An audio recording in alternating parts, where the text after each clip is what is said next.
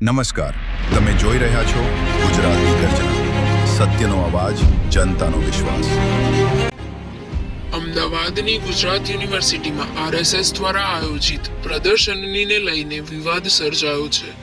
યુનિવર્સિટીના અટલ કલામ બિલ્ડિંગમાં આરએસએસ દ્વારા ડોક્ટર બી.આર. આંબેડકર અને સરદાર વલ્લભભાઈ પટેલ સાથે જોડાયેલા ઇતિહાસને રજૂ કરતા પોસ્ટર્સ મૂકવામાં આવ્યા હતા। આ પ્રદર્શનનો વિરોધ કરતા એનએસયુઆઈએ આરએસએસ પર ગંભીર આક્ષેપો કર્યા છે।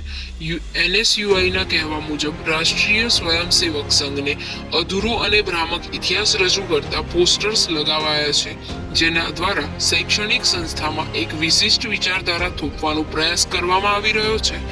એનએસયુઆઈ કાર્યકરોએ અટલ કલામ બિલ્ડિંગ પાસે દેખાવો કર્યા અને માંગણી કરી કે શૈક્ષણિક કેમ્પસને રાજકીય પ્રભાવથી દૂર રાખવામાં આવે।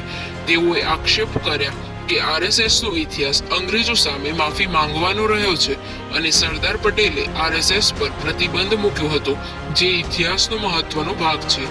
હાલ આ મામલે યુનિવર્સિટી પ્રશાસન તરફથી કોઈ સત્તાવાર નિવેદન આવ્યું નથી। ઘટનાને લઈને કેમ્પસમાં રાજકીય ગરમાવો વધ્યો છે।